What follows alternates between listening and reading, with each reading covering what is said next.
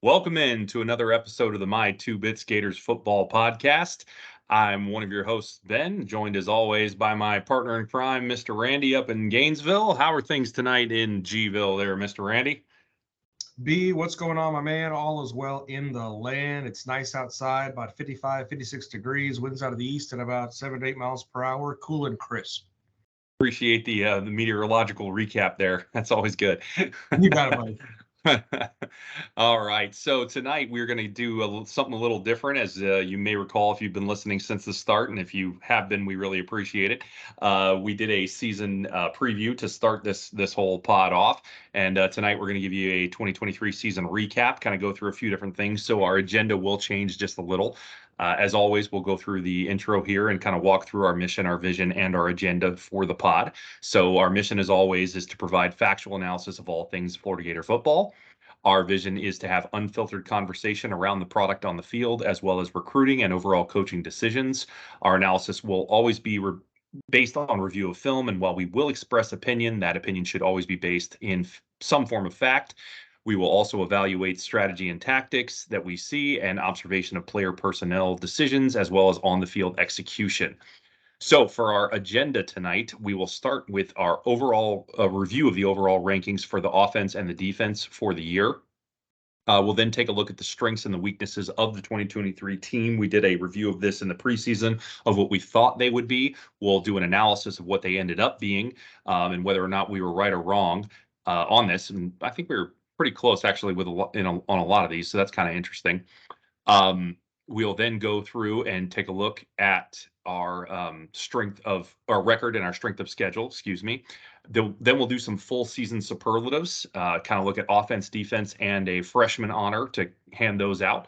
We'll then have a detailed discussion of changes we want to see in the offseason. So some things that we kind of alluded to last week when we did our recap and kind of what we want to see going forward. We'll get much more in detail about some of those things that we want to see, some of which, again, we have already seen, as we talked a little about last week with some of the coaching changes, but what else we want to see going forward. And then, of course, we will wrap things up with our farewell and sign off. So with that, let's get things started and get into a review of the overall rankings we had for offense and defense. And for that, I will turn it over to Mr. Randy to start us off.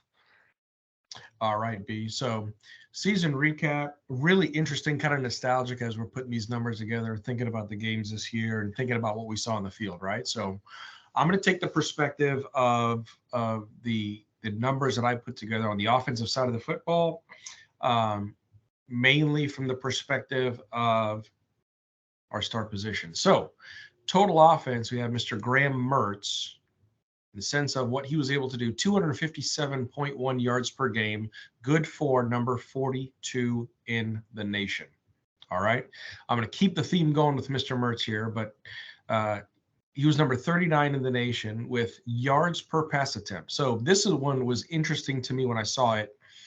8.11 yards per pass attempt. Of course, what was the main thing that we asked for and we rarely saw this season? Down the field passing, right? And so here he is, number 39 in the nation at 8.11 yards per throw. So there's that.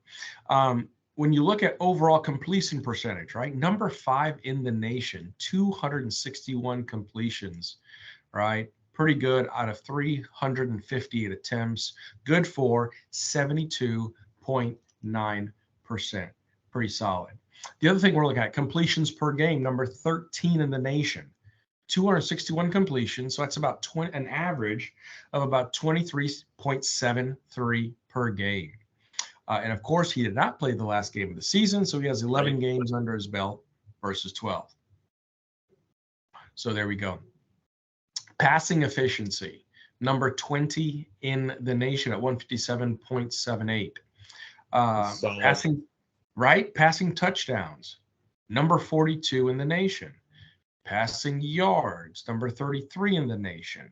Right? Passing yards per game, number 27th in the nation at 263.91.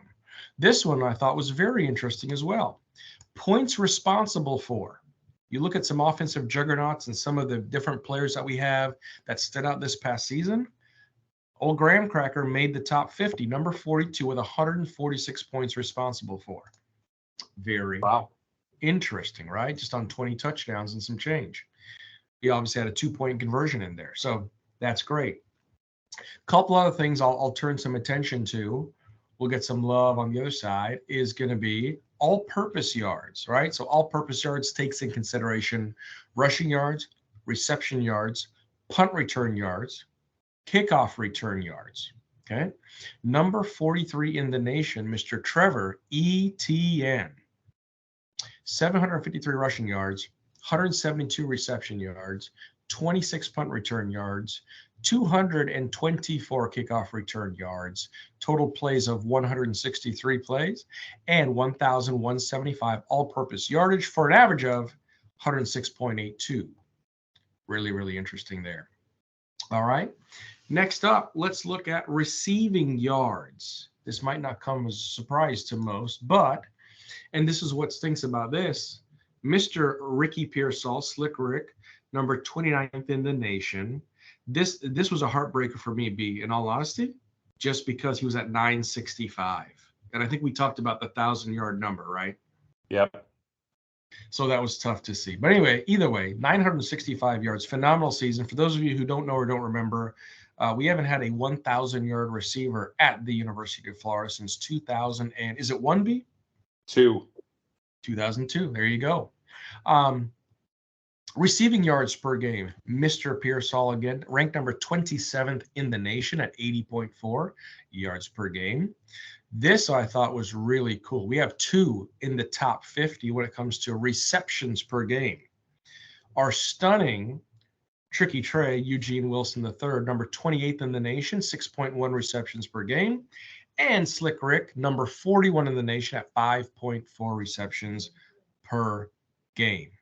Again, I know I'm going to beat this horse to death, but just wish he had more of that last game.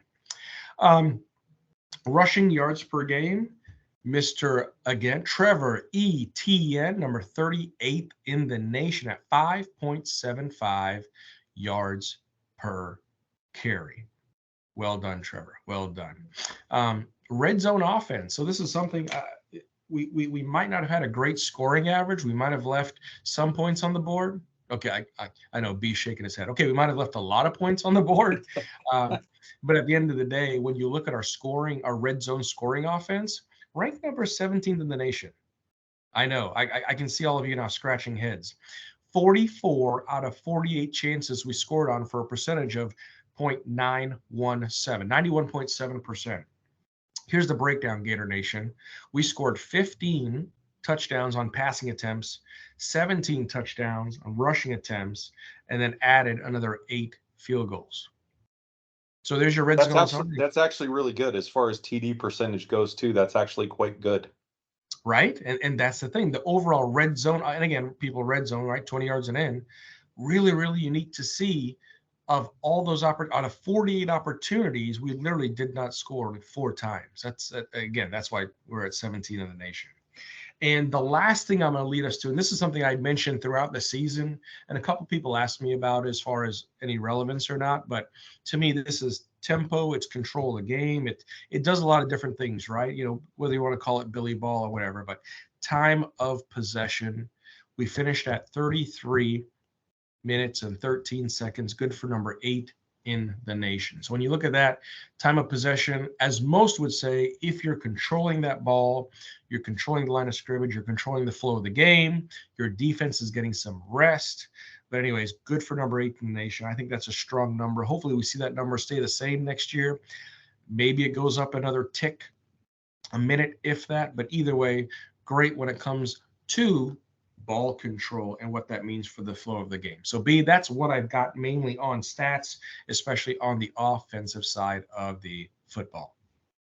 I like it. A lot of good stuff to consider there. That last one you bring up with time of possession. So I think that is important with the way Billy designs an offense, right? Because he's run first, right? Because he values staying on schedule, right? As he talks about all the time with, getting the certain down and distances and things of that nature. I do think time of possession matters in his offense. Obviously, I hope we don't see his offense again next year, as has been discussed. So assuming we don't, I will throw that stat right out the window and I won't care Same about it at for. all anymore. Right? Because assuming we have an offense that is different, perhaps a bit more dynamic, perhaps a bit more explosive, hopefully a bit Yeah. more explosive, right? Then I don't care about time of possession anymore because when you really look at it, in recent history, right, time of possession is not a stat that becomes significant anymore for the vast majority of teams that are successful on offense. They don't need it to be significant in order to score, right? So that kind of speaks for itself. So Yeah. again, in Billy's offense, it is absolutely necessary. To your point, I think it's very important to keep track of and look at because it does matter for how he wants the game to run, how he calls plays, how he designs things. So that does matter. However, if we get a change there and we see things a little more the way we would like them to be, overall, again, I want to make it clear that it is my opinion that Billy does get many things right. I'm not saying that everything he does is wrong and everything he does is bad. I really don't want that to be the prevailing opinion that I'm coming off with here. My issue is that because of the 10 to 15 plays a game that I do feel are ill-timed or ill-called in general, Yeah. right? Depending on the situation, that's the issue. That's what needs to change. It's not like everything is garbage. Far from it, right? Far from it. We have a overall fairly successful offense. Look how many metrics you just put out there for individuals that are in the top 50 in the country. And overall, by the way, we ranked 48th in yards per game. That's a stat that I'm about to go into. And so it's not like this offense is garbage. I'm not saying that. It just Yeah. needs to be better than what it is, to be really competitive at the top levels, right? It needs to be better. It can't be mid. And right now it's mid. And the things that need to change for that are those 10 to 15 plays a game, which I don't think can just miraculously change for him. And that's why I think we need somebody else to get involved with the play calling. So I don't want that to get misconstrued and me standing here saying that I think Billy doesn't know what he's doing. Not at all. I just Yeah. think Yeah. that there are some inconsistencies that we need to get away from. So anyway, with that said, let's talk about overall production for the team. And we did rank 48th at 409.1 yards per game. And we ranked 46th, so right about the same, in yards per play at 6.05. So we were kind of right in line there, right? Our yards per play and our yards per game more or less aligned as far as the rankings went. Interesting. Now, I went back and I looked at 2022. We were 37th in total offense in 2022 at 424 yards per game. So about 15 yards worse this year than last year, which we kind of expected a little decline, right? We didn't think we could be quite as productive offensively without AR back there, right? Because especially in Billy's offense, where the threat of a running quarterback makes your run game better, right? We didn't have that. It's a more run predicated offense. We didn't think the passing concepts were going to evolve, to an extent where Graham was going to be able to just pick everybody apart. He did a great job, but they didn't evolve, right? Other than in maybe one game, Sure. to where Sure. you could really do that. What's interesting is last year's yards per play stat, 6.58 yards per play, which was good for 20th in the nation. So what does that tell you? Way more explosives than we had this year.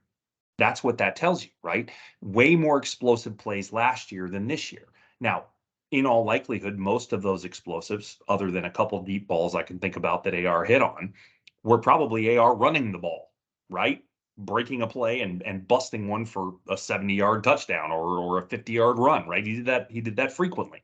Right. So that's probably where a lot of that came from, or maybe just getting bigger gains of chunk yardage in the run game, right? Because it's not like we had a bunch more downfield passing. We did. The pass concepts were the same. Maybe we hit on a few more last year. I think we did, but it wasn't like some massive shift in downfield passing from one year to the next. Again, the play concepts in passing were more or less the same.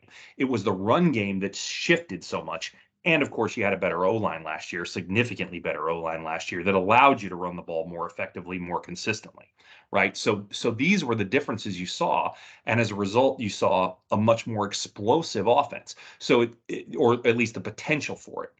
But you also saw a much more inconsistent offense last year, right? So that was the downside. Had we been able to be more consistent, I think both of those numbers would have been a lot higher, and you would have seen overall a much better record, a much better team last year, right? It was the inconsistency last year. This year we were actually more consistent. We just weren't consistently as good as we were when we were good last year, right? There That you that go. was kind Yep. of the difference that we saw. So that's kind of my evaluation of what we saw on the field this year. And I would tell you that offensively, it's kind of exactly what I expected.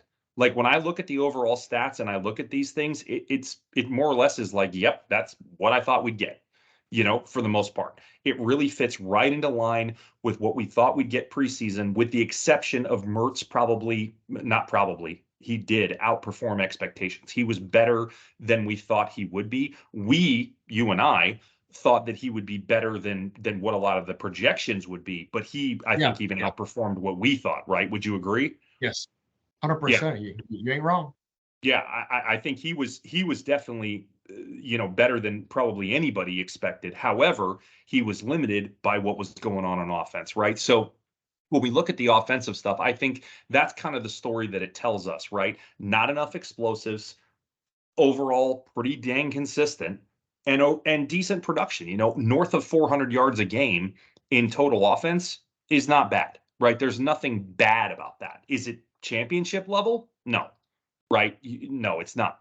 But is it pretty good? Yeah, yeah, it is. So there's definitely something to build on there.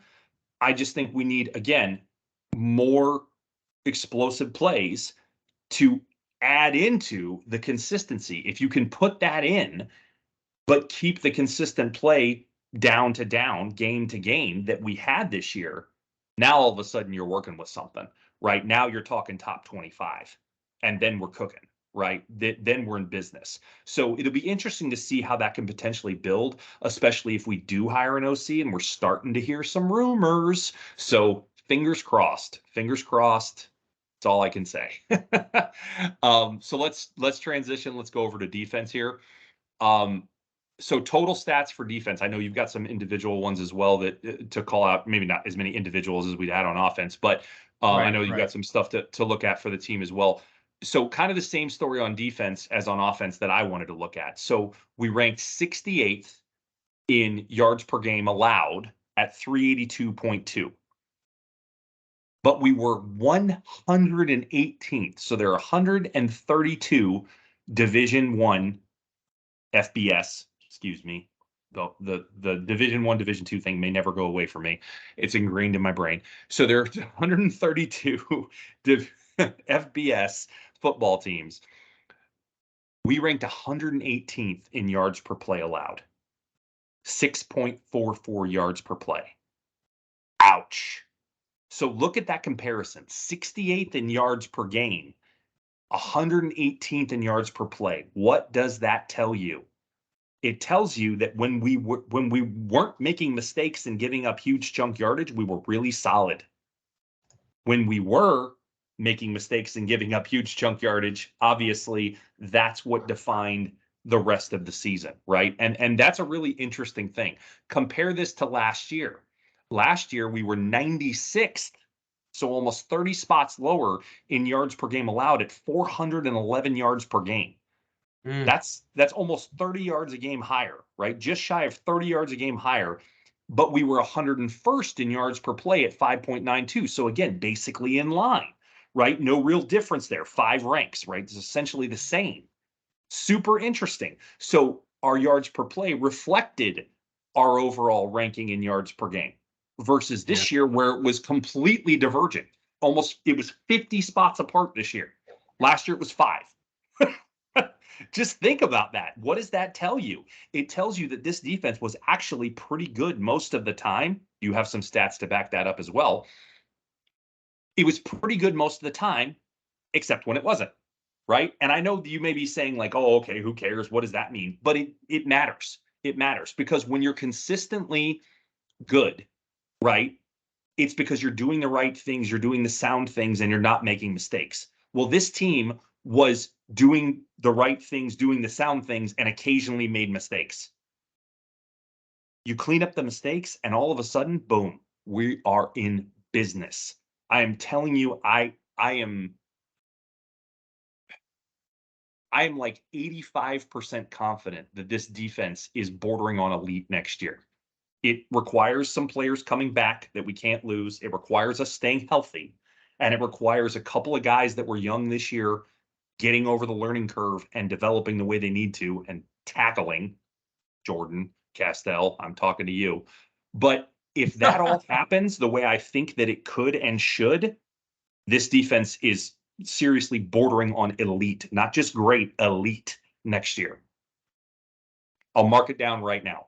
It can happen. Not saying it will, but it absolutely has the potential to do so with what we're seeing on the field. So be very interested to see how that plays out when you look at some of these statistics that we're seeing. So that's what I got for the stats on the D. What are you looking at?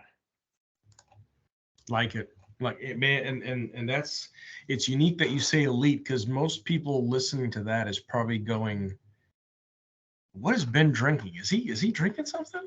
Is he I know he's in a hotel room. He's got room service up there. Who knows what's going on? It's holiday time. But and that's the funny thing, right? When looking at those numbers, and I looked at them independently of you, I think we came to the same conclusion. The analogy, I believe, is when it rains, it pours. Yep. And that's exactly what happened. Call it the as my wife would call me, an extremist, right? It's nothing in the middle. It's either really, really good, really, really bad. You're welcome, honey. So anyways, that's the way that cookie crumbles. So on defense, I wish I had more to call out on defense from a number standpoint, right? But let me just go through some of the numbers that I have here. Overall, third down conversion percentage. Those of you might remember a phrase coined, "third and Grantham." Years and years God, ago. please don't. I know. Just couldn't get off the daggum field. And I tell you what, this year, a much improved third down defense, ranked number 43 in the nation. All right. 52 out of 145 conversions, good for 35.9%. Good. Again, good for number 43 in the nation. And an important call out. Sorry to interrupt you. Important call out. Do you know where we ranked on that stat last year? Tell me, B. 128th at 49.7. That is correct. That's an important call out. So if you want evidence that the defense is way better than it was last year, that stat alone ought to give it to you, because that is remarkable improvement.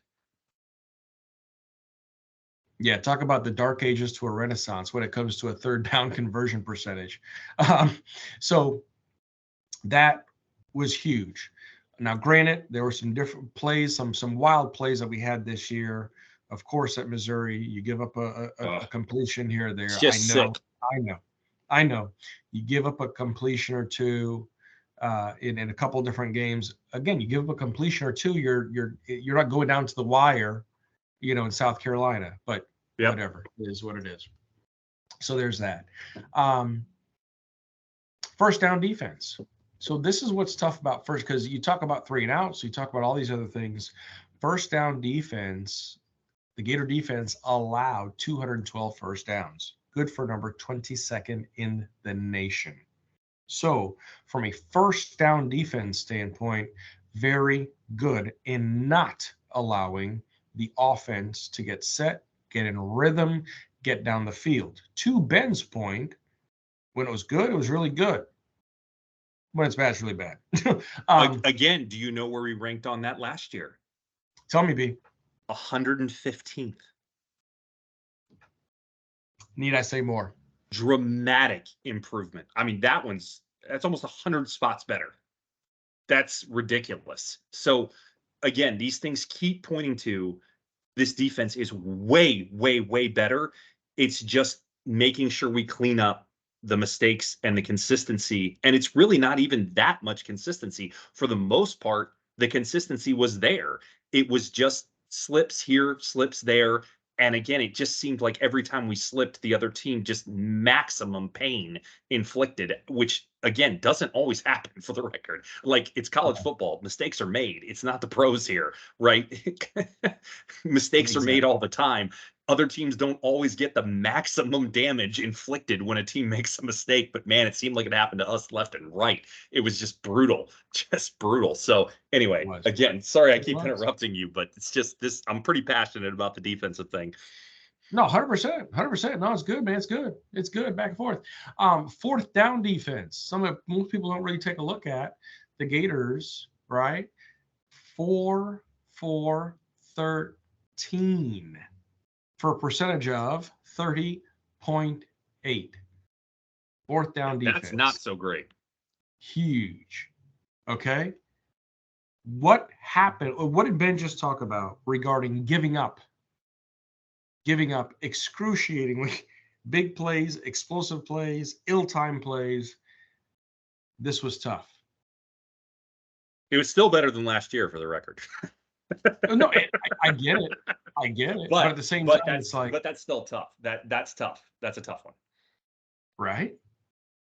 Extremely difficult to look at, especially with some of the tight games that we had this year. So, be that as it may, still top 15. That's fine. The other thing I want to point out to you is to follow up with what Ben said earlier. I think it's critical to understand the age of this defense. I think it's critical to understand the amount of injuries that were inflicted on this defense. For sure. So when you look at it from that standpoint, the thing that's really tough to me is, anyone remember the name Justice Boone? Yep.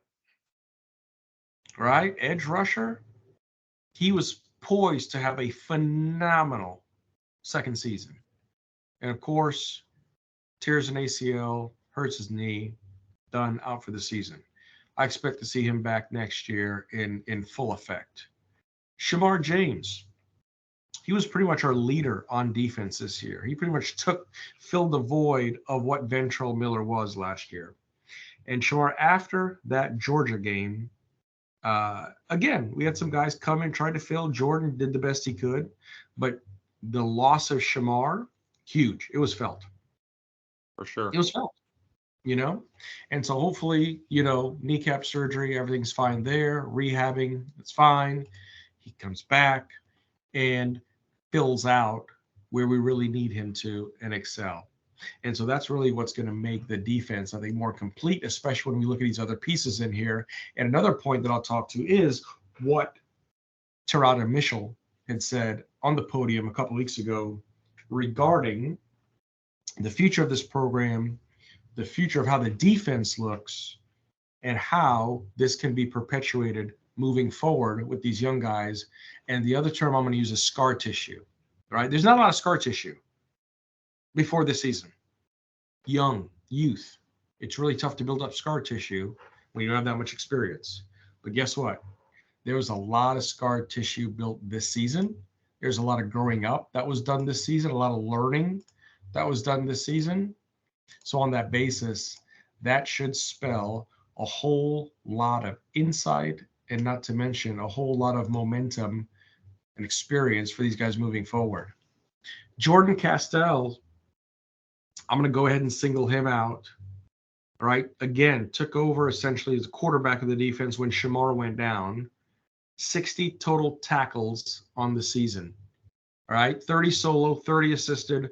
Tackles for loss, 1.5. Pretty good. Shamar James, number 2 on the team in tackles. Total tackles, 54. Okay? 23 solo, 31 assisted. 5.5 tackles for loss. Okay? And he did not play after the Georgia game. Correct. 8 games. That's it. Yeah, that's it. Princely, Malin.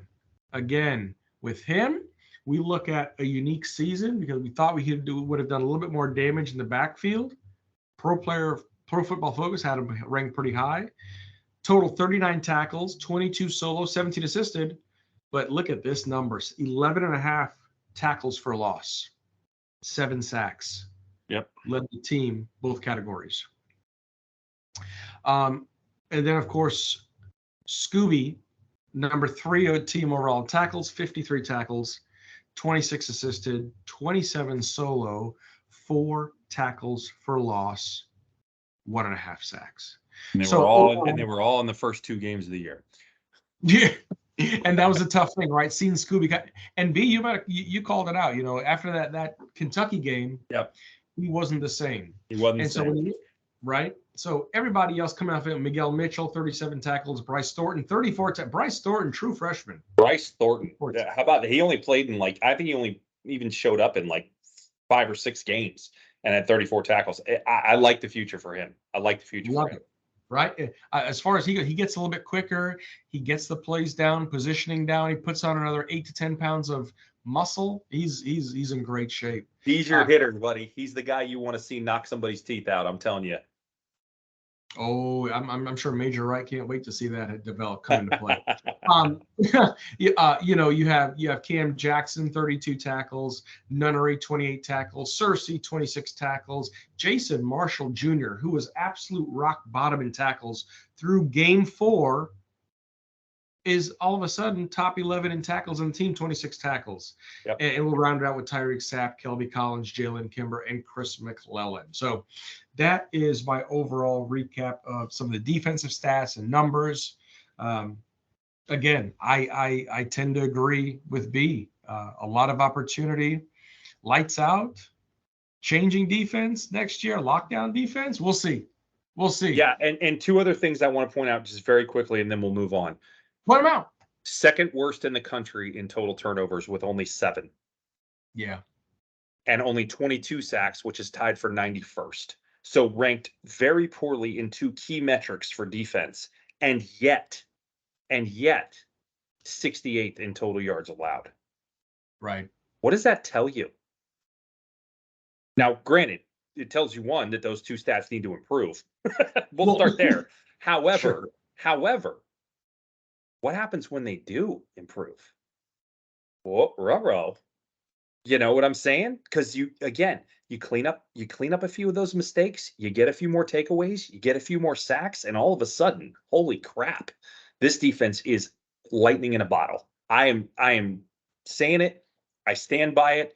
Again, barring injury, barring a bunch of losses in the transfer portal, barring some unforeseen changes that I don't think are going to happen, we're looking forward to a really good defense next year, and we're going to need it because that schedule's murderer's row. So with that, moving along, let's talk about strength and weaknesses for the 23 team. Again, we did this preseason. We kind of went through everything. So let's get our takes. Randy, why don't you start us off with QB? And we'll go through offense here by position group. And again, starting with of course, quarterback. Yeah, and also I'll take one step back. I believe you said the defense would be elite. As I'm quoting you, elite. I said bordering. I said bordering on elite. I didn't quite put us there. Which to me that means elite is top 15 in my book. For the record, let me define that. So I'm saying we're right on the edge of that, top 20. Something in that neighborhood. I don't know that we quite get there. I don't think we quite have the age and experience yet. But I'm going to say overall, like if you rank everything out, points, yardage, yards per play, and you kind of average all that together, we're something in that neighborhood, 20, 21, 22, maybe something there bordering up to that, top tier. Don't make me throw the red challenge flag. No, I'm kidding. So strength and weakness to offense.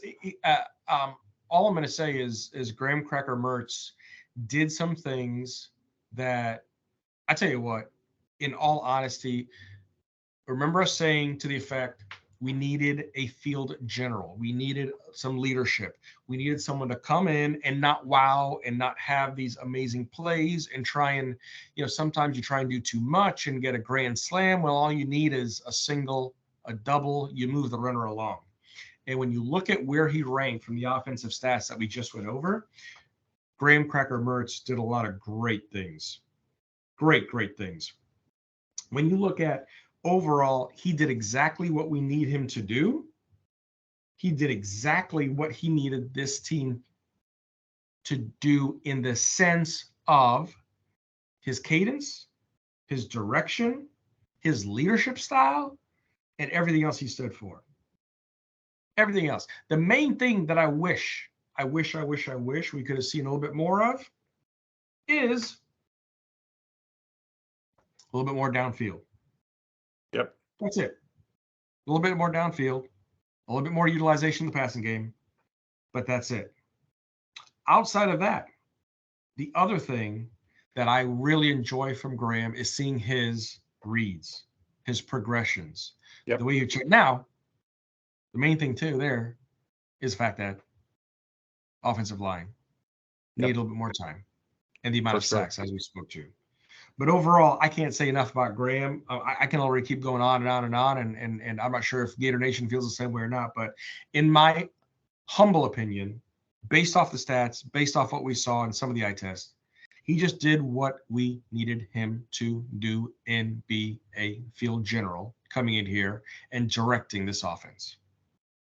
Yeah, I couldn't agree more. I'd say he did all that and then some, quite frankly. So we called for this to be a strength, despite some of the predictions, right? Despite some of the whether it was he'll be mid or he'll be 14th best QB in the SEC or whatever the predictions were, right? We called for this to be a strength. It turned out to probably be maybe our biggest strength on offense anyway. I don't know how you'd really put a whole lot above it. Phenomenal performance, without a doubt, the most consistent position group we had, right? And I say position group, it's basically Mertz, right? Other than the last game, of course. Top completion percentage in the SEC, as you already called out, 5th overall in the country, 20 TDs, 3 picks, 2 of which probably weren't even his fault, really. Absolutely thrilled that he is coming back. I think this is phenomenal for this team next year. I think having this kind of leadership experience, veteran presence, again, in a murderer's row schedule, I'm going to say that 1,000 times. I don't care. This schedule next year is absolutely brutal. If you haven't seen it, go look it up. It might be the hardest schedule in college football history. I'm not kidding. It's ridiculous. I'm really excited that we have him back for that to help us through it. I'm also excited to see how Lagway gets worked into the fold, right? For a play here, play there, kind of a little Tebow freshman year type of thing. Obviously, he's not Tebow. I'm not trying to make that comparison. Pump the brakes. Nobody's Tebow.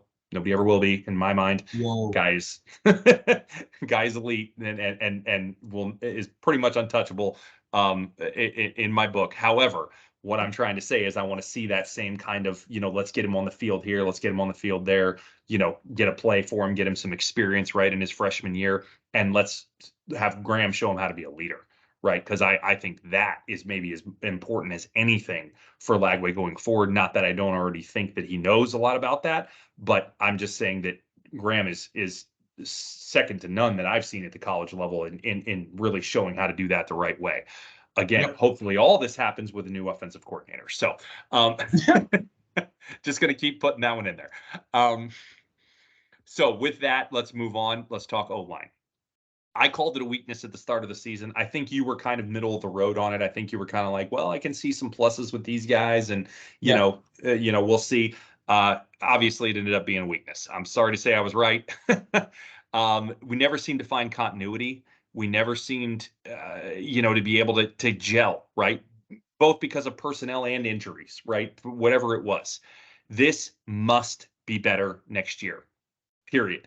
It cannot be the same, minus group, because it very well may be the most important piece coming into next year, really in general for the offense, right? Whether it's for the run blocking, whether it's for the pass protection, whatever it might be, we have got to get significantly better here. And at the end of the day, some of it's got to come through the portal. We have got to do a better job at acquiring good talent through the portal, even if it's only at this position group. I literally don't care if we don't get better portal talent anywhere else but at O-line.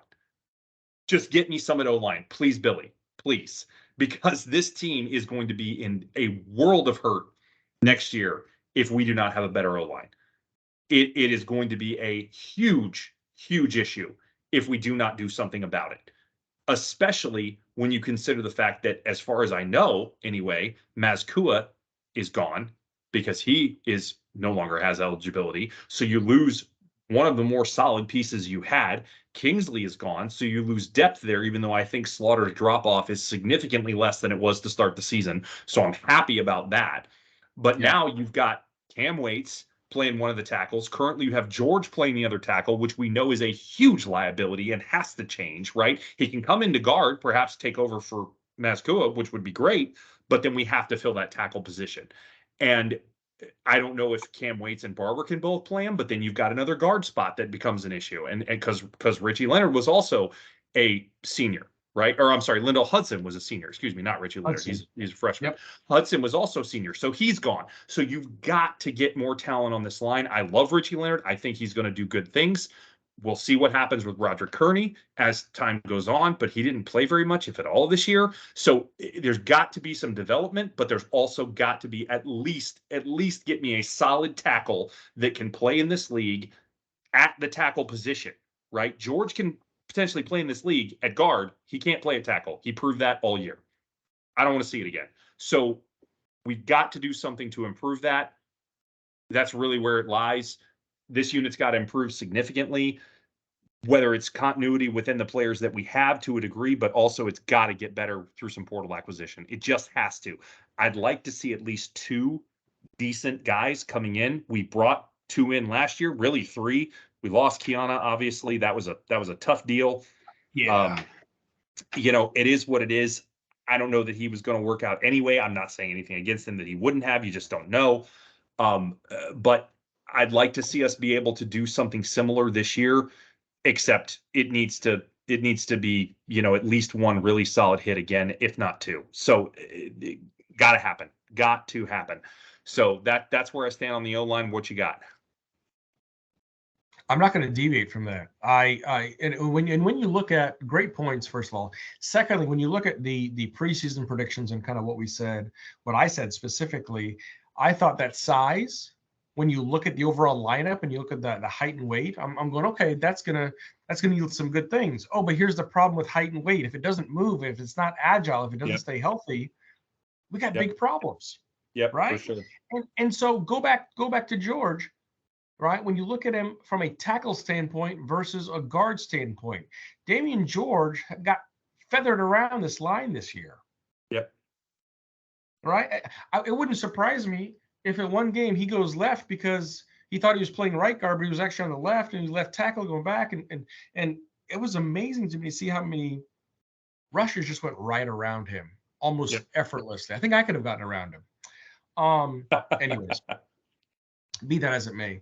Yeah, it was tough. I really thought that offensive line, I was going either way on it, but because of the size and because of the amount of weight that they could take up, I thought that would mean wonders in the running game when it came to the gaps and sealing those edges off and creating more opportunities for the running back core.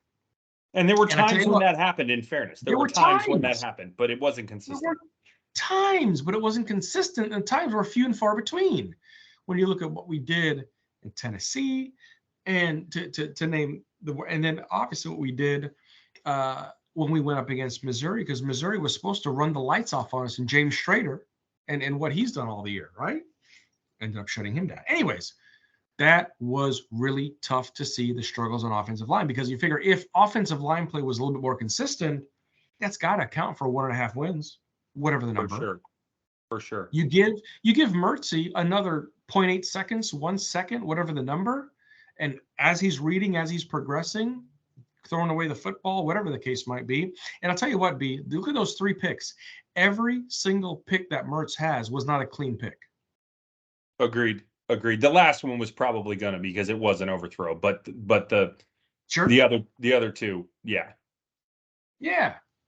Tip hard, coming out of a break, a slant, an option. Anyways, so that is what it is. So yeah, that was really tough to see the O-line this year, especially with Barber and the inconsistencies. Jake Slaughter, a lot got put on his shoulders early in the season, and I think he was much well improved towards the end of the season. Kingsley, on and off with the ankle. What are you going to do?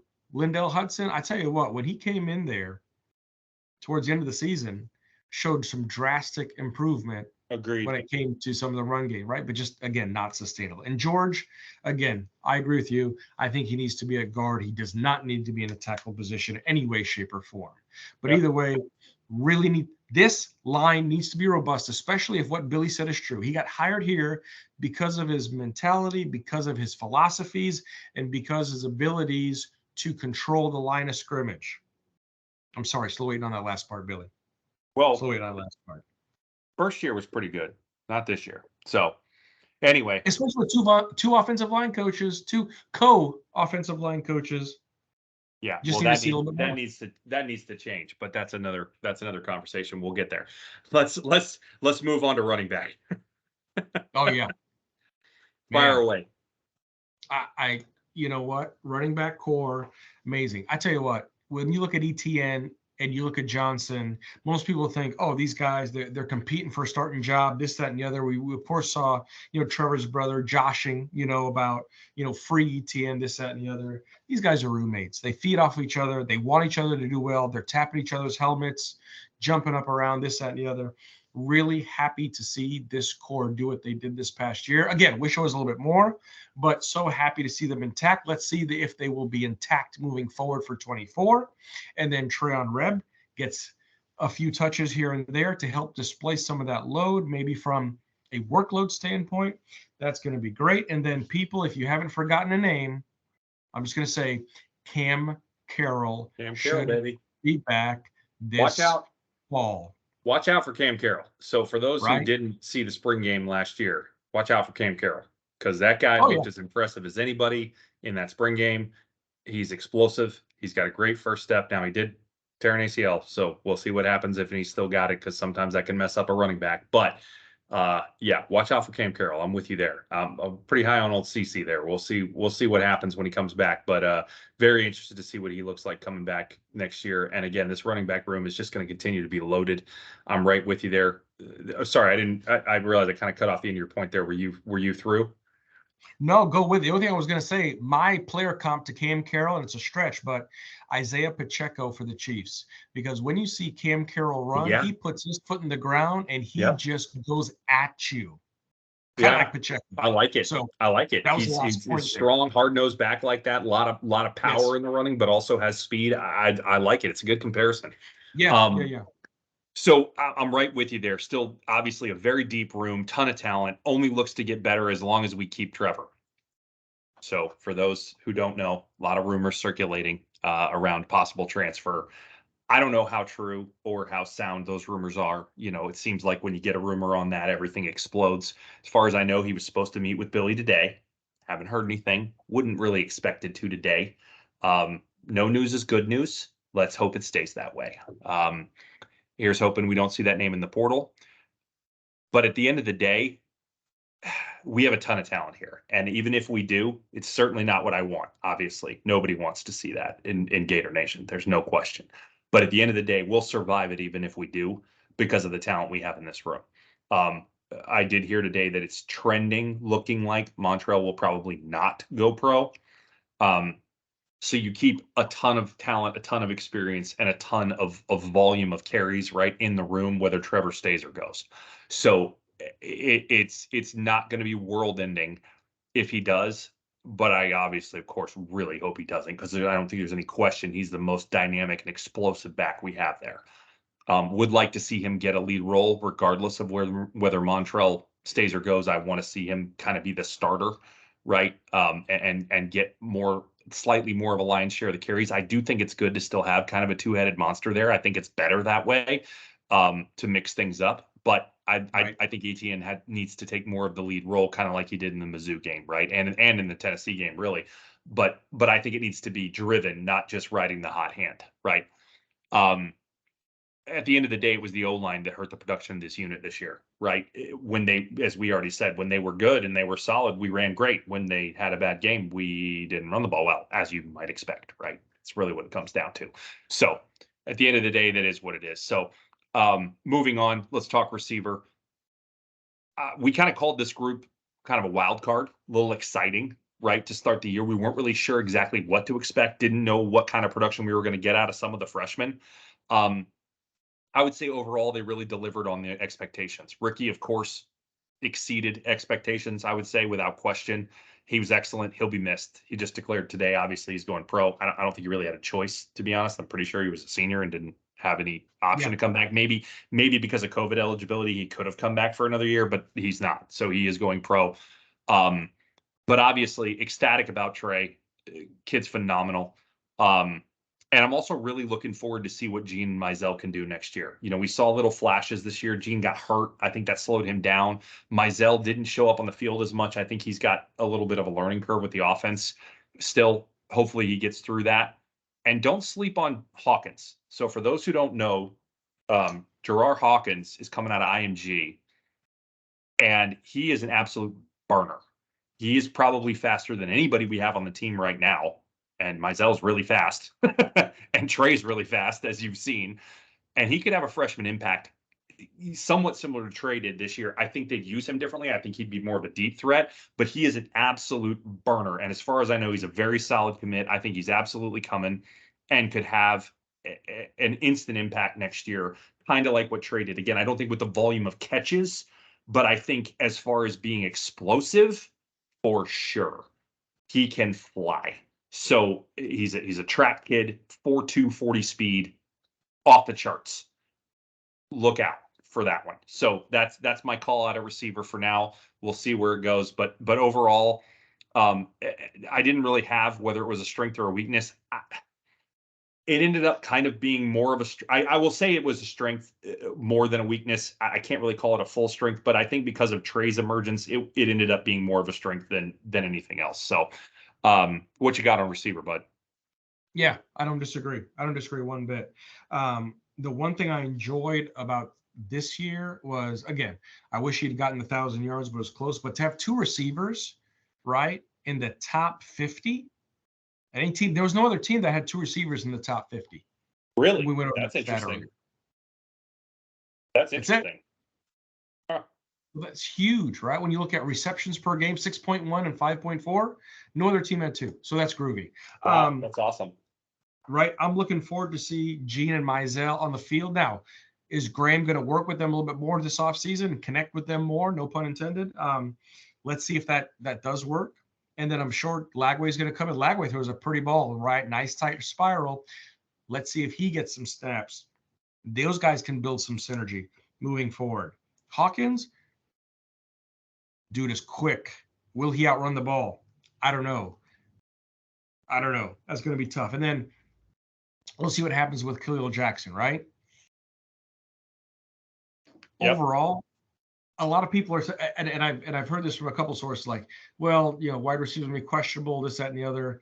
Listen, with Trey coming back to anchor that wide receiver core, I really think we're going to be just fine. I see no shortage of weapons. I see no shortage of speed, and I see no shortage of talent. On that basis, in this past year, I would say right there. Besides not being able to get the ball to them even more, I still say it ended up being more of a strength than a neutral or a weakness. So 100% agree. Agreed. All right, moving on. Defensive side of the ball. Let's talk first D-line. We called this a strength preseason. We were both on that train. I would say it was for the most part. I mean, I know it may not have appeared that way because of the stats, and it didn't always deliver the consistent pressure, but we definitely had wins at times. And Princely, made all SEC team, right? Despite the fact that he maybe didn't have those eye-popping stats, it clearly showed up to the guys who evaluate that, the writers and everything else, that he was a consistently very, very strong presence there, right? Losing Boone, you mentioned it earlier, it was just devastating. We didn't know that at the time, right? But it was huge because you just didn't have that other end to come around and provide that other pressure. So you had guys scheming against Princely, being able to, run away from him, if you will, when he broke through. And there was just never anybody on the other side, to kind of come around that because they weren't winning the same way that he was consistently. And it was just killer. I have high hope for this unit next year when you look at McRae coming in, and then of course having Cersei and Collins, right? Those guys looked really good in their freshman season with the limited playing time they got. I think we have high hopes here. What are you looking at with D-line? Extremely high hopes. Double A, back at it again. Year number 2, running it back. with his scheme, with his enthusiasm, with his philosophies, I'm looking to see what we saw in the spring game earlier this year with some of those blitzing packages, with some of that pressures. Now that he's got year number 2 working on and 1 year under his belt, and he's more familiar with these guys, and these guys see his energy and passion. Boone back, Shamar back. I think it's going to be phenomenal in many, many ways. Yeah, we're losing Princely, no doubt.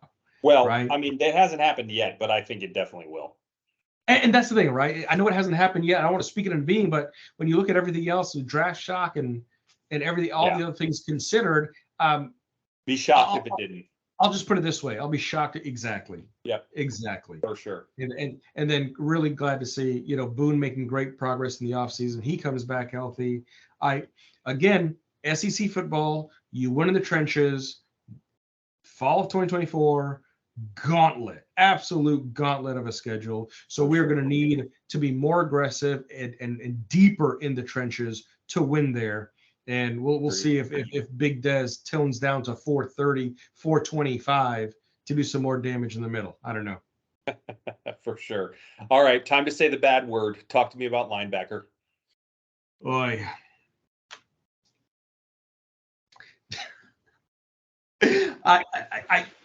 This one's tough for me because we had such high hopes, and here's the thing. I can't call it a strength.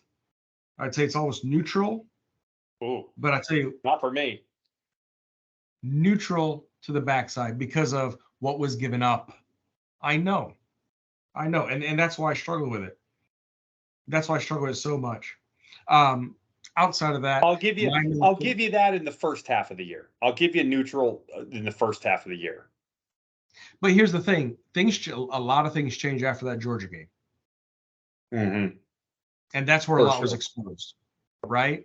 And so again, if he is in, Shamar James comes back healthy, I'm really looking forward to see what this linebacker core can do in a more healthy position next year. And with more talent, because this linebacking class coming in is phenomenal.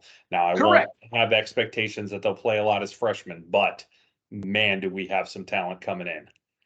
We got great talent. And then here's the other thing too, the T word. Are we going to be able to tackle efficiently? Yeah. And that's where it all starts, is with the linebackers, for sure. Right.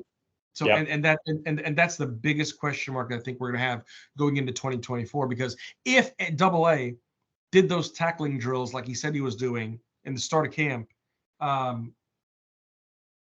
you might need to spend some more time on it. That's all I'm going to say. Agreed. So I called this a coin flip, kind of like what you're saying. I called for it to be kind of neutral, right, to start the year.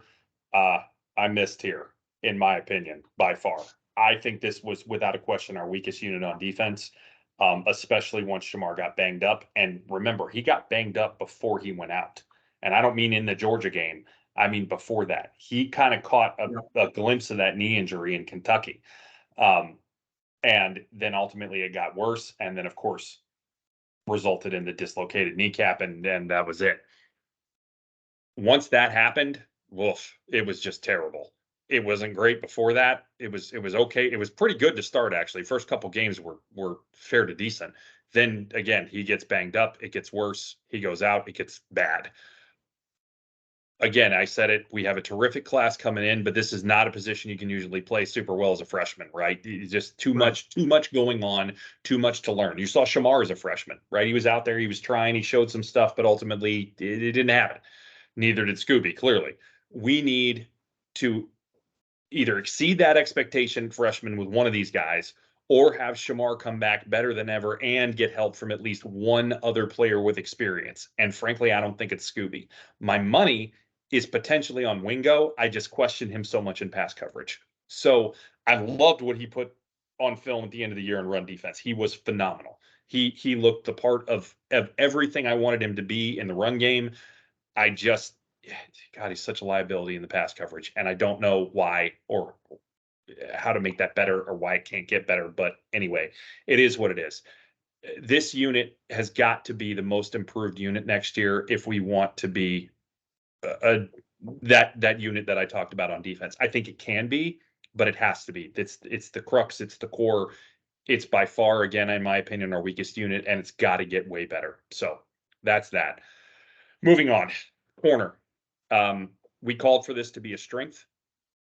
I can't say that it was. I would end up calling it neutral, kind of like what you called the linebackers, because it was way too hit or miss. When it was Yeah. good, it was really good. When it was bad, it was rough. It was rough. Um, I loved some of the younger talent we have here. I absolutely love it. So the potential for good things in the future is still absolutely there, but we need to win on the hire of a new coach for this group. Rumors are circulating around the assistant cornerbacks coach for San Diego. I don't know if that's true or not. We'll see. Time will tell. That's going to obviously have to wait until the NFL season's over if that's the case. I don't mind that hire if that's the case. I think there's some other names that would be good too. We'll see what happens. Got to be a good coaching hire here.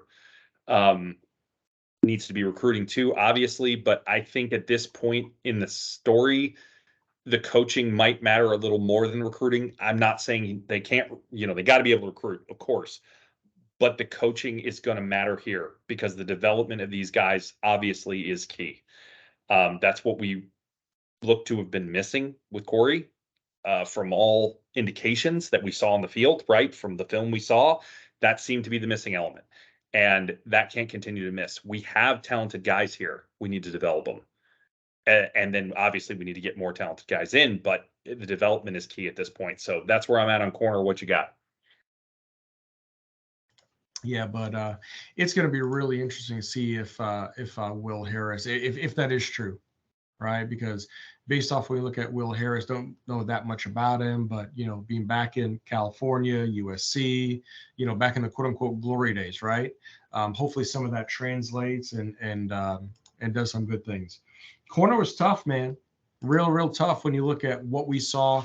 And truth be told, Jason Marshall, I know we probably harped on him a lot during the season, but Jason, tough start to the season, got beat a lot, and for the record, playing a lot of man, and that's fine. We need to play more man. But at the end of the day, when you look at what Jason Marshall started off the season versus ending the season, at least he ended on a semi-high note. And hopefully Agreed. he has some words for this squad moving forward to be able to create some of that continuity, especially if Double A wants to be as aggressive as I think he wants to be in more man coverage, in more press man coverage, because if we are going to be beat, guess what? That's how we get beat. What do you think chances are Marshall comes back because of his potential fall in draft stock with what he put on film this year? See, and that's the thing. I think he might have realized midway through the year, holy crap, I better get my act together, right? Especially if I want to do something special or make it or go to the draft or even qualify, whatever the case might be. And so I think the chances are high. Maybe he comes back. Maybe Billy sits and talks with him and says, hey, listen, you really turned it up the second half of the year. We really need you to anchor in the cornerback position. We really need you. Hopefully he takes that to heart. We'll see. But I think it's high. I think for him, it should be high. I don't think he needs to follow the advice of all these other guys and the agents and the flash and the money that could be presented. I think he needs to stay, refine the craft, and he's going to do much, much better if he stays another year, especially with all the other pieces being added on defense and everything else as a whole going into year number 2 for Double A. Like we've said again, I think it in other words, nowhere to go but up. Nowhere to go but Yeah. up for him staying. And I think we're obviously better if he stays. I don't think there's any question there, especially if he plays like he does, to your point, second half of the season. He was quite good. Yeah, If I he agree. starts off I the agree. season, yeah, if he starts Yep. off the season like the way he ended it, oh, it's that's what you want in a lockdown corner. That's exactly what it's going to be, and that's Agreed. exactly what he's going to depict, right? Agreed. So, anyways, yeah, corner really tough this year, wishy-washy, back and forth, bipolar, like the rest of this team. It seems like at times. At Uh, times, for sure. exactly. So All move right, on, man. last but not least on defense, safety, go. Oh my gosh, it Yeah, it's a tough one. is. You know what? Moten had some good opportunities. What was tough for me was to see Miguel Mitchell get trucked so much. You know, I Yeah. talked about that during the season. I Yep. hate seeing our players getting trucked, especially in that position there.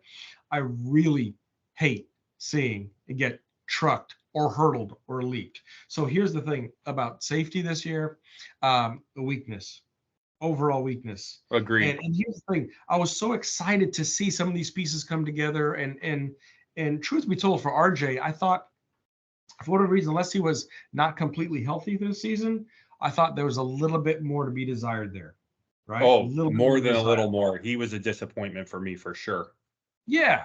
And so, having that been said, and everything else that we expected to see out of that position, I believe they underperformed. And that's the other thing, too, with a lot of those games where we end up missing 11, 12, 13, 17 tackles in a game, Yep. that safety position didn't aid in that stat. Yep. Agreed. Um, I'm right with you. I called for it to be a weakness. It was a weakness. I don't think there's any question in that. I think Castell still does have upside. Again, he gets better at tackling and run fit, and he's terrific because in pass coverage, he's phenomenal. He's phenomenal. But we need another guy to play with him, right? The problem was is Castell was, serviceable. Again, some things needed to improve, but overall, he was okay. Yeah. Plus in some areas, minus in others, but okay. Thornton showed flashes, but he was just too young, didn't understand all the concepts, took some bad angles sometimes. When he got it right, he was great, but when he got it wrong, again, the yikes, right? Long way to go there still. Ultimately, this is why I keep harping on Phil Simi being so important. This is the big deal in this class to me and why he is such a linchpin. Now I know we just got word that we potentially have a 4-star on the hook that's coming whether Phil Simi does or not. Looking really good that we're going to get him. He's announcing on the 13th. I cannot remember his name off the top of my head. 4-star out of Florida at safety, which is great. We also have Josiah Davis. These are good additions, but Phil Simi is a different cat, man. That's another level, right? That's potential Sure. NFL top round talent that you're theoretically getting in here, right? And he's taken another visit to Texas. Not Another good one. news. Not good news. I'm not happy about that at all. 2.5 Maybe he weeks. just likes the brisket. Just I like the brisket too. I hope that's all it is. Just hold on. Just hold on. Please. Please, please, please. Okay, that's all I got. Let's talk special teams real quick here. Kick us off. No pun intended. Talk kicking. Let's go. Holy smokes! Did you really do that? Yeah, yeah, folks. We got dad jokes for days. That as Dad well. jokes, baby.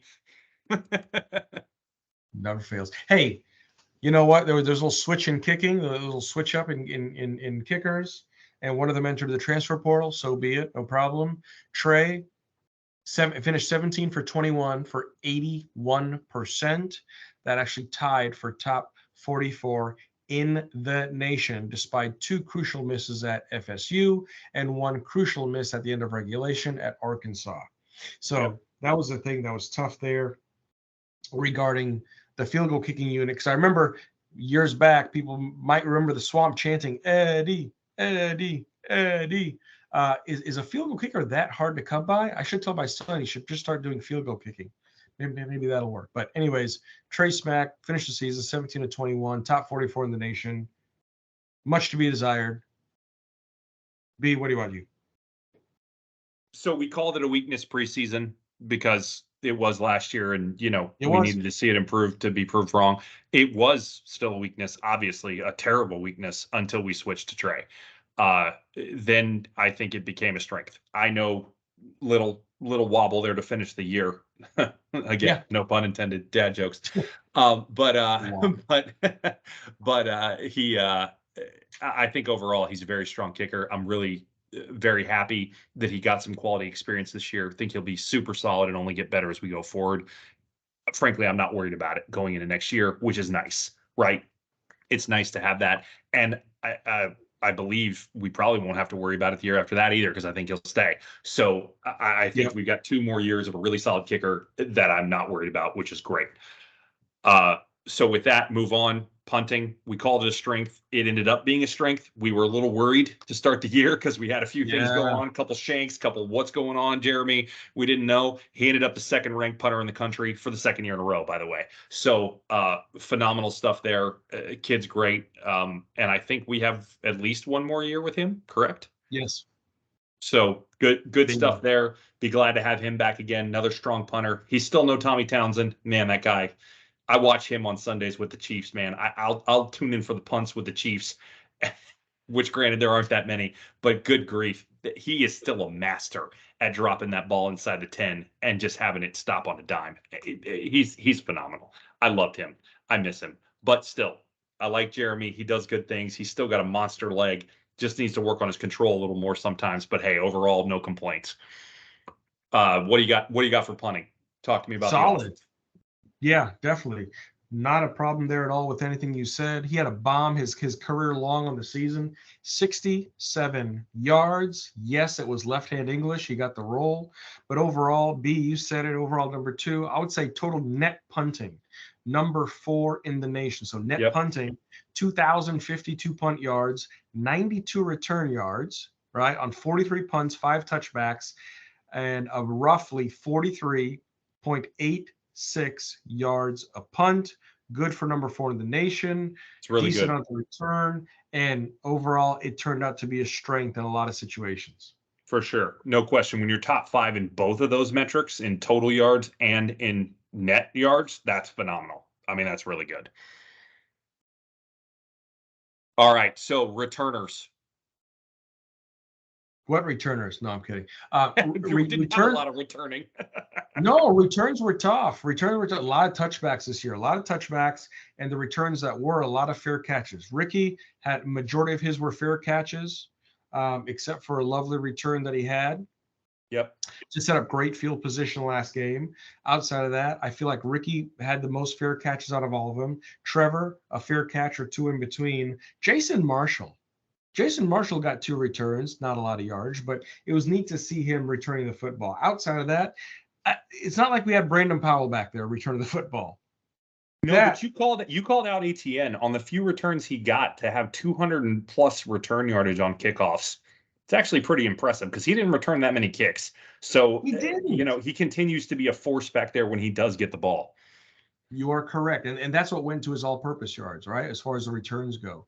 Great call there. But yeah, overall, I know we need to see more punts with some opportunities, some more downfield kick coverage. It would help if we had a special teams coordinator. I think, Yes, it might. anyways, Yes, it might. having that Yes, been it might. said, yeah, having that been said, for what it was, Again, for the opportunities that there were, good field position, we'll say positive side of neutral, but not a full strength. no, definitely not a strength I can call it, especially because of some of the special teams debacles, as you already kind of mentioned. I One thing I'll call for, I know he botched one in the first game and did something silly, but I want to see Yeah, Trey involved Trey. in this return game next year on the punts. Maybe not the kickoffs, but on the punts. He's so dynamic, so elusive. Get him the ball in those situations. Get him a coach to tell him what to do. But but Like, and in fairness, we'll talk about that. I'm actually not sure how critical that really is, depending on what the circumstances are. But at the end of the day, I want to see Trey more involved on punts because it makes sense to have him there. So anyway, moving on. Let's talk a little record and strength of schedule. This is something we wanted to put in here because we wanted to call this out because of course we yeah, were 5-7, and a lot of people are obviously down on that. I'm not going to call 5-7 a successful season, but I think it's important to note, and we talked about this a little when we discussed it with Keep It or Pitch It, but depending on where you looked, this was either the 4th to the 8th, because different rating services evaluate schedules differently, right? But no matter what, it was a top 10, right? Maybe even top 5 most difficult schedule in the country, depending on where you looked. I'll put this out there. Would last year's team have fared better? I doubt it. And it probably would have been worse. When you look at what the defense was last year and the inconsistencies on offense, I think last year's team is easily 4-8 versus this schedule. Easily. So before we go getting into a whole thing of, oh, Billy got worse and the team got worse and this, the record got worse and yada, yada, yada. I'm not sure that it really did. because the schedule got way, way harder. And that's something that I feel like just gets thrown out the window. And it's the same thing that we're going to keep talking about for next year, right? What's an improvement next year, right? What does improvement look like next year when you evaluate it just on record? We'll get into that conversation. I'm not going to have it now, but I think it's really important to consider strength of schedule next year. If we're not number one, then I don't trust whatever evaluating system is involved because that's the hardest schedule in the country, period. There's no question about it. So at the end of the day, I'm inclined to evaluate that as part of what's going on this year. Am I trying to excuse 5-7 and say it's okay? No, I'm not. But my point that I'm trying to make is it doesn't mean that there weren't some things that got better. It doesn't mean there weren't some things that improved. Is it all the improvement and all the things we wanted to get better and everything we wanted to see? Absolutely not. There were definitely some things this year that should have been better that weren't, without question.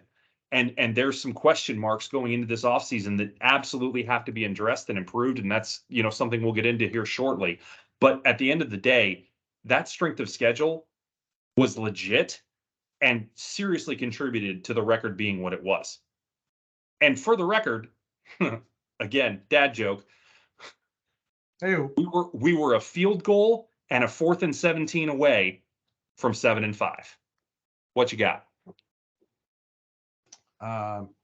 Wow. I'm not going to disagree with any of that. I'm going to go back to the mission and the vision. Okay. Unfiltered conversation. Check. Overall coaching decision, recruiting and coaching decisions. Sure. We'll review our analysis based on review of film, evaluation of strategy, evaluation of the tactics, observation, player personnel, decisions, on-field execution. And dad jokes. And dad jokes, clearly. For those of you who think that we are giving a pass, this is no pass. No, it is not. We are not happy about 5-7. So therefore, being analytical people, you go back and wonder, what is the reason behind 5-7? The personnel, the staffing, the scheme, the injuries. Oh yeah, should strength of schedule be calculated in that equation? Yes. It's brought up Absolutely. every time, every year, especially when you look at the college football playoff selection committee. Oh, there it Not is. that there's any controversy there, folks. Just saying. Just saying. Fourth hardest. Some people say number 5. It doesn't matter. It's top 10 hardest schedule in FBS. Went 5-7. B, I don't disagree. Yes, I'm a potent. I didn't know it. You're a field goal, a flag, a 4th down conversion, and whatever from 5-7. Granted, maybe 8-4. Who the hell knows? Yeah. No. I'll leave it. Sure. I'm leaving it at that. I'm leaving it at that. Now, in fairness, you're also potentially a tip drill pass from Ricky to Trey from 4-8. So I will concede that. But nonetheless. Hey, man. Hey, the old ball coach said even the good Lord shined down on the Gators today. And it just happened to be that day. Yeah, it was that day and pretty much none other. But there you go. So, all right, let's move to some superlatives for the season. Get us started. Who you got for offense? Who gets your trophy for the full year offensive award? I know what you're thinking, and I know that you think that I'm thinking what you're thinking, but I might pull a fast one on you. Uh-oh. For me, it's actually going to be Slick Rick. No way. Wow, you did pull a fast one on me. And here's why. This guy, 35 short of 1,000-yard season, and when you look at all of his interviews, you look at everything else, people might not know this, but when Graham Mertz came down to scout for his visit, Ricky said, "Hey, you think about coming here?" He's like, "Yeah, I'm not sure." And Ricky, do me a favor, just watch me. I'm going to change your mind at the end of this thing. And he did. Nice. We probably got Billy and the coaching staff and sunny weather. Let's face it, in Wisconsin, for my company, my home office is in Wisconsin, you never have to shovel sunshine. Okay? That's a factor. I'm sorry, I don't care what you say. I like what Ricky meant. Leadership perspective, we talk about graham cracker all day long and bar none, but Ricky, for what he meant, for the different things that he said, for the player meeting that he held, Yeah. the independent player meeting that he held before Missouri, before Florida State, the different things that he did, what he's meant to this program, how he sounds on the podium, his professionalism, although he probably should have gotten the ball way more. It's Ricky Pearsall. I love it. It's a great call out. Way to pay homage to a guy that has come in here and been a great contributor. As a transfer guy and really Yes. shown what it is to adopt the culture, right? And this system under Billy. I think he's a shining example of what that is. You definitely pulled a curveball on me because I thought you were going to be in the same boat as me and pick Graham Cracker because that is who I have. Yeah. But I love it. I love it. Great pick. I think it's absolutely deserving. And yeah, for sure, it's an excellent call out. I do have Graham as mentioned. It's short and sweet. Obviously, we already talked about the stats. They were, better than we thought they even could be. And I think moreover for me, he held the team and the unit together through a lot of ups and downs and showed how to be a real leader to the entire team. That to me is why I'm giving it to him, is really more about the leadership than even the performance on the field. That's why he gets the trophy for me on offense. So with that, we'll put that one aside for the season and give it to the combo there of Graham and Ricky, which I love. Actually, I love that they both get a call out there. And we'll move over to defense. So I gave this one at the midseason to Hill, but I'm switching it up. He had a great year, but I got to go Princely. He finished the season as strong as he started the season. His stats may not have shown it. We already talked about it, but he consistently won game in, game out, despite getting double teamed, despite teams having game plans against him, despite teams rolling out the opposite direction of him and not having any help on the other side. And there's one guy on Florida's team on either side of the ball on the all SEC team, and it's Princely. So I got to give it to him. He's my award winner for full season. Heck of a season. Really played his butt off. And again, like you said, I'd be shocked if he doesn't go pro. If he doesn't, man, can't wait to get him back. But I'd be shocked if he doesn't. So that's who I got for defense. Who you got? I'm gonna echo. Yeah. I'm gonna keep it. It is Princely. Besides the fact of what he did, besides his scores on Pro Football Focus, besides his win rate percentage that we talked about a couple different times this season, the tackles for loss, the sacks, which he led the team, his health. He stayed incredibly healthy. I was worried about him being hurt. Yeah. Some of the double teams, some of the roll ups, which, as you know, it takes one move to just get rolled up on a knee, an ankle, whatever the case might be. What about when he dropped back in coverage and he's trying to play receivers and running backs and stuff? You could get hurt doing that just as easily. Bingo. He dropped back more in coverage. Whatever they were thinking, he dropped back more in coverage than I would have liked to have seen. But he did it. He did it wisely. He had some track speed on him. And so, yes, I'll give it to Princely, 100%. 100%. I agree with that. Love it. All right, this one I'd be shocked if we were different on. Who you got for freshman? I'm going to throw you a curveball. What? I'll throw you a curveball. I'm kidding. Tricky Trey Wilson, Eugene Wilson, top freshman in the nation. Yeah, buddy. I you know what? People made a big fuss about the FSU game on that tackle when he got pile drove into the ground, and he was again taunted, whatever you want to call it. He got up. I tell you what, people said, he's absolutely taunted, and it should have been a flag. But moving on. People said, "Oh, he's undisciplined. Look, he's waving his hand at a coach." First of all, it was a graduate assistant. Secondly, that to me shows a competitor because he just got dogged, and guess what? He's ready to go right back in and fight. That's right. Right back in and fight. I agree. Tricky Trey, all the way, freshman superlative, winner, chicken dinner. Looking forward to see more he can do in 24 as a featured wideout.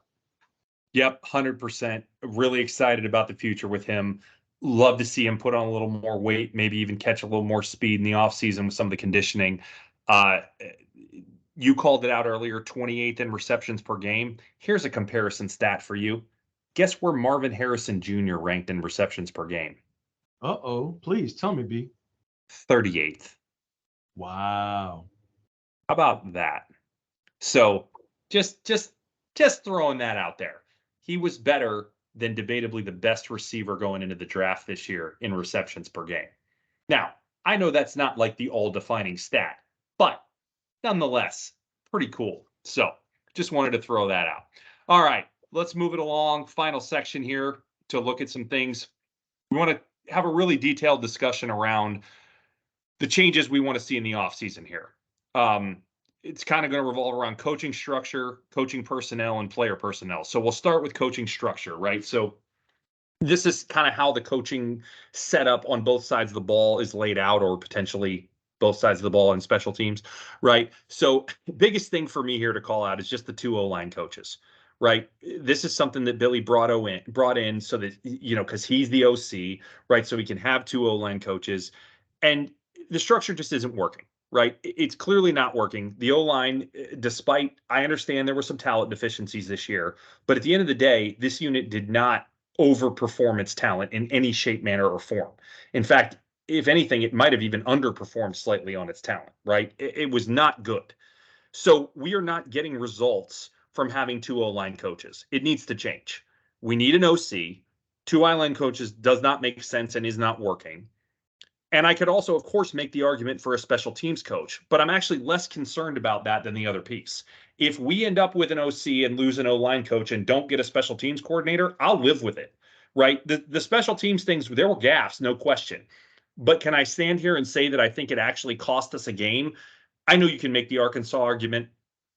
Yeah, okay, maybe. Does that kick go in if he's 5 yards closer? Perhaps, but does he kick the exact same ball from 5 yards closer? You don't know, right? So that's a very subjective thing to say that. Was it a good penalty to have? Of course not. It was silly.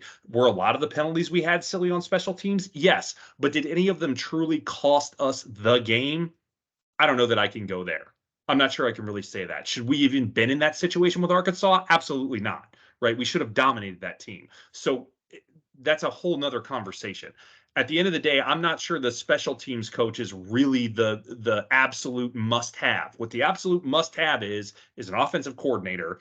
And in my opinion, the way you get that most easily is by eliminating one of the offensive line coaches, which will probably be Darnell Stapleton for the record, because Rob Sale is Napier's boy, and I don't think he's leaving. So that's my 2 cents on that. We'll see what happens. Be interesting to see how it all fishes out. Again, we're starting to hear some rumors about the OC. Very happy to hear that. And it is looking like, potentially anyway, it could come from the outside and not be an internal promotion, which is absolutely the preference that I would like to see. We'll get into that a little more when we talk coaching personnel. What you got for structure? What do you want to see there, Randy? You know what? It is the holiday season. Old Saint Nick doing his thing, right? What do we want more for Christmas, right? OC, O-line, special teams. I Just in Secret Santa, baby. Pick your gift. Yeah, right. I can't disagree with what you said, because at the end of the day, what is the position that creates the most amount of impact? As we've seen this past year, O-line struggles, period. I get it, there was some debauchery in the special teams, but especially with that system, I cannot say that Sale and Stapleton, sounds like a law firm, can coexist. It's just not necessary. If we can take some of that budget and redirect it towards an OC, Will Corn, I don't know, maybe not, whatever people are hearing. I think that's more than warranted. So I actually cannot disagree with anything that you just said. Now, as far as special teams, to have the impact, I would like to see special teams graded a little bit higher, a little bit more priority. Oh, although going back to your scenario, choosing between the two, OC all the way. So at least at this point in time, when you bring in the talent, when you bring in a top 5 recruiting class, and you bring in an OC, Billy technically has, I don't want to say silenced some of the critics out there, but the needs have been met. So let's see what happens moving forward with that. But even and just going back to one other brief point, if he has an OC, now he can focus his attention on more pieces of the organization, including special teams, and maybe you have less issues there, even if you don't have a dedicated coach. I could make that argument very easily, right? He doesn't have to spend as much of the week game planning, play calling, design, figuring out what he wants to do there from a strategic standpoint. He can leave that to the OC, and he can go address the special teams issues that he has with his assistant or his whatever it is. It's not an assistant. What's the Analyst. analyst? Thank you. That was the term. Yeah. He can go talk to his analyst and say, hey, clean this up, clean this up, clean this up, do this, do this, do this. He can pay more attention, work with that person more in depth because he's not spending so much time doing other things. This is as much the point about the OC as anything else. We talked earlier about his play calling and some of the deficiencies there, but overall it not being like horrifically bad, right? The biggest thing, again, in my perspective, is the reason you don't want your head coach being an OC is because he has so many other responsibilities that require his time. You don't want his time taken from game planning, reviewing film, designing a game plan, right? Getting all these things put together on a week in and week out basis, and that taking time away from his other duties as CEO of the team. That is more than anything the biggest reason why an OC is so important. So that to me is without question paramount, number one. I so hope we get it. I'm starting to get a little excited, and I got to pull the reins because that all I want for Christmas right there, buddy. So and guess what? You're warranted, and it makes sense because as we've talked about before with other coaches, some make great offensive coaches, some make great defensive coaches. They can't be a head coach. And that's why if you look at good CEOs, just like in a business structure, they surround themselves with the best department managers because that's how they build the organization, right? Well said. Period. Well said. That's exactly right. It's exactly right. And again, we think we got this equation potentially half right with Austin Armstrong. We make a strong hire at OC, and boom goes the dynamite. Let's see it. So, speaking of hires at coaching, we've already seen some coaching personnel changes, right? But we need more. A lot of this is relating back to what we just talked about with this structure, but the short version is the offense needs to change like the defense has already seen, right? Who do we want for an OC?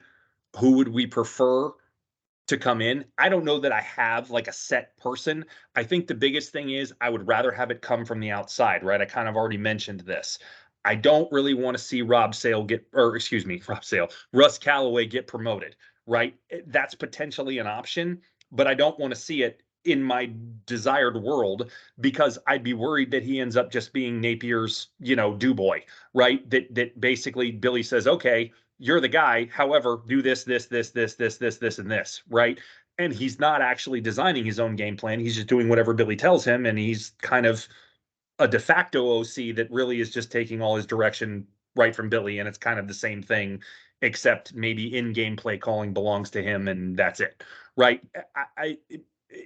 That's still maybe better than where we are right now, but it's still not the desired outcome that we want from what we were just talking about, right? So that's what I don't want to see. Now, do I know that happens if Callaway does get promoted? No, I don't.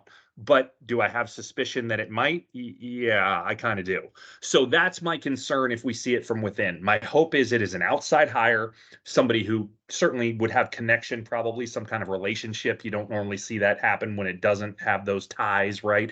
But at the end of the day, I'd like to see it come from outside the organization, somebody who wants to get, their rep as a play caller at a big name school, right? That potential exists, and I think we're maybe starting to see some signs that might happen, and that's just huge. So, your thoughts on the personnel side of things for coaching? Yeah, I think it's really interesting that you say that because that's a lot of my philosophy. When you look at it from a business organization, you take it in the context of a football team. What helps to spur motivation? What helps to spur ingenuity? Things like that, right? Outside voices do a lot for organizations. Now, it's great to hire from within. Don't get me wrong. If they're deserving, if they're warranted, but at the end of the day, fresh perspective makes a big difference. So when you look at the OC, the word that comes to mind is connection, right? What is the connection? What's the lineage going back? Two big schools come to mind: Bama and Clemson. So, having that been said, we saw a release earlier today from Inside the Swamp. Willie Corn, former quarterback, Yep. co-offensive coordinator. Who knows? Would that be a good hire? Again, he's young. Double A's young. Yeah, I Uh, don't mind Young. I'm okay with Young. Really, I don't necessarily want some established guy who's been around a long time and has more of an older school mentality. I'm okay with Young. Like I'm yeah, I'm I'm fine with that. and that's the thing, right? Billy's young, Double A's younger, and so do we bring in somebody else that where we can build a unit that has some longevity over time Yep, and really exactly. turn this into an empire Love as it. it once was in Yep. certain facets in certain years, right? Exactly, exactly. Because if you hire somebody like I can't remember the guy's name, but I heard some talk about it earlier today. The guy out of Oregon, right, who's the OC out there. If you get him, what do you get him for? A year, maybe two, and then he's Right. gone. He's going to go be a head coach somewhere or an OC at the pros because his offense looks great out in Oregon this year, right? Obviously, Bo Nix top three completion percentage, like phenomenal off the charts numbers. That guy's not staying at an OC level at any college, No, right? At any college for very long. So, best case scenario, 2 years tops. You don't get consistency that way. And then you're right back in the same position, right? So, to me, I'm right with you. Get a younger guy, get a guy who's got upside, right? Shows potential, makes sense as a hire. That to me is exactly the wheelhouse we want to be in. I love this, guy from Liberty as a potential candidate, and anybody else like him, right? Anybody in that vein, let's see it, let's do it. I'm all for it. All right. With that, let's move on. Last section here, player personnel. What do you want to see from obviously the portal here, as far as gains, losses? Where you at? I don't know what we're going to get from the portal. Obviously, Graham was probably the biggest snag last year. So that was great. Are we going to get that lucky again? I don't know. I don't think so. But when you look at what we have lost in commits, the difference of what needs to be beefed up, especially when you look at an O line, that O line, we need to go in there and snag some good talent. And again, I'm not just talking about what I talked about earlier this season as far as size, overall size and depth, but as far as when we look at dynamic ability to move on the offensive line, and not to mention, we need a little bit more depth because clearly our depth at offensive line this year was just absolutely torrid. That's why we had guys from right guard to left Yep. tackle moving around and everything else. So I think that's going to be the biggest thing. And then also the other thing that I want to call out there in the portal is going to be, sorry, I keep thinking about the Dr. Pepper commercial, which is hilarious. But but let's see what we can do in the linebacker position. Let's see what we can do in the safety position to maybe pad those a little bit more. Because at the end of the day, and maybe it's one of those things where you pick up another tight end because we lost one tight end to the portal. We have another one. We lost Odom. That's okay. He was a little bit slow, kind of slow like molasses, but Yep. Hayden, we'll see what Hayden does to back him up to get him another big body, wide body tight end, 6'5", 6'6", long reach. That'd be great. So I think some of those other pieces to add some depth and add some layers, I think is going to be really crucial because again, great talent coming in, great stars coming in. But the other thing is there's no scar tissue there, right? A lot of talent. Are they going to be set free to do what they need to do? Probably not. It's going to take them a while to learn the scheme. Hopefully, they've got some good mentors that have scar tissue that can direct more effectively. But outside of that, for me, the portal, I'm not expecting big things out of the portal, to be honest. Yeah, unfortunately, the track record would not suggest that. And unfortunately, I think we're going to need a couple big things out of the portal. We already addressed the O line. I won't belabor that. Got to have one at least good get. Really need at least two guys, I think, there. You know, I'll leave that as it is. I think we're also going to need a couple of D line guys because we've already lost two. Could lose more. the Spencer departure is clearly impacting, especially the interior line, right? Both guys we've lost were interior linemen. While I like the class, I like that we got Mackay back. We didn't talk about it, but we did get Mackay back, but then we lost Kendall Jackson. So it was kind of a give take, right? Yeah, So, yeah. from a recruiting standpoint, so I'd like to see a pickup on D line, especially potentially interior D line like we had last year. Like to see that get picked up to replace some of the departures we've had there. Um, and I wouldn't mind seeing, like you said, a linebacker. Safety be fine again, but really missed on Moten, so I don't know. I don't know. We'll see about that one, but definitely linebacker. I think having another guy there, just another guy with experience, right, with all the youth we have coming in, and with Yep. Mitchell leaving, obviously, just having another body there, if nothing else, would be something, right? Um, Yep. the problem is, at the end of the day, the guys with great talent here are hard to come by, right? The hits in the portal typically are at wide receiver, right? Running back. It's the skill position guys that you typically see come through here. The really strong guys at defensive positions and especially D line or O line, they don't typically go in the portal at the end of the day. It's unusual, right? What we had leave last year was weird, right? When you see guys like, Braun and White and oh god, our other O lineman that went to USC, his name is escaping me at the moment. But when you Wow. see we have three solid offensive linemen leave a program, like, you don't see that. That was because of a culture thing, I think, much more than anything else, and that's unusual. You don't see that happen very often, right? It's very unusual, right? To see stuff like that happen from major programs. You see the kind of O-line transfers we got in, right? Mazcool was good. He was solid. But then you got George, right? You see why Alabama didn't play him, Oh, right? No offense, sorry, but you see, right? It's evident. So that's the kind of thing I think you're running into. So at the end of the day, we've got to get some gains there. I don't expect big things. I'm with you. We're not going to have some all-star transfer portal class. For the record, I don't think we need an all-star transfer portal class. We just need to address certain needs, and we need to address them, solidly. If we can do that, if we can just be solid, I think we'll be good here.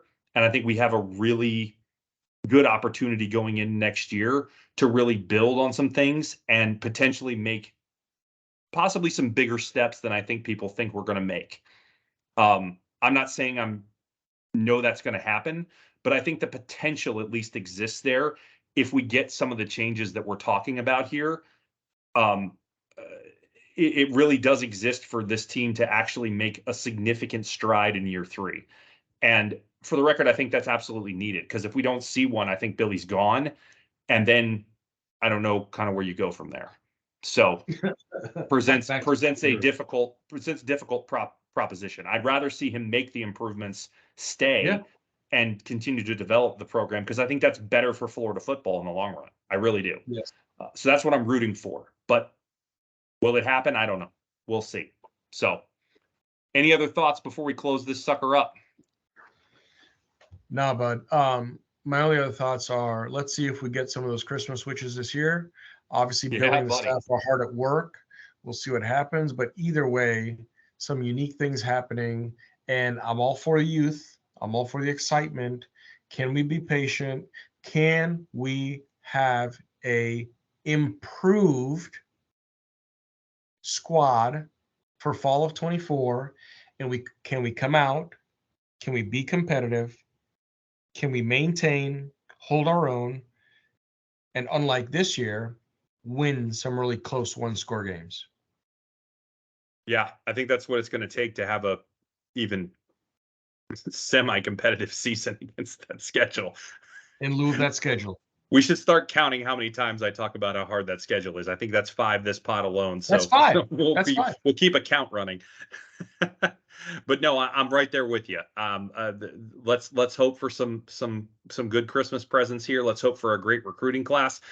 For the record, that will be when our next pod comes out. We will come to you next on the 20th, after the first of three technically, but it's the big day, right? Early National Signing Day is on the 20th this year.